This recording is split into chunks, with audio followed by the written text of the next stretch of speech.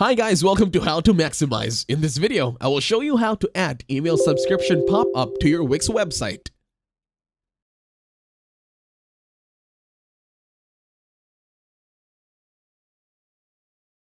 To start this tutorial, open editor.wix.com over at your internet browser in your laptop, PC, or Mac. Once you are here, on the left side, you're going to click on Add Elements. And then, on the first tab, you're going to go to Interactive.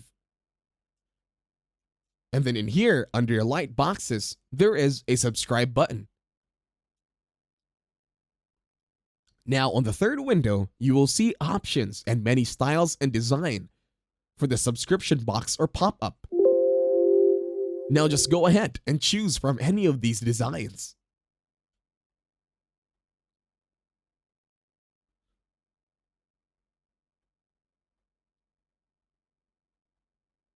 This could either be subscribe or promotion, any of it.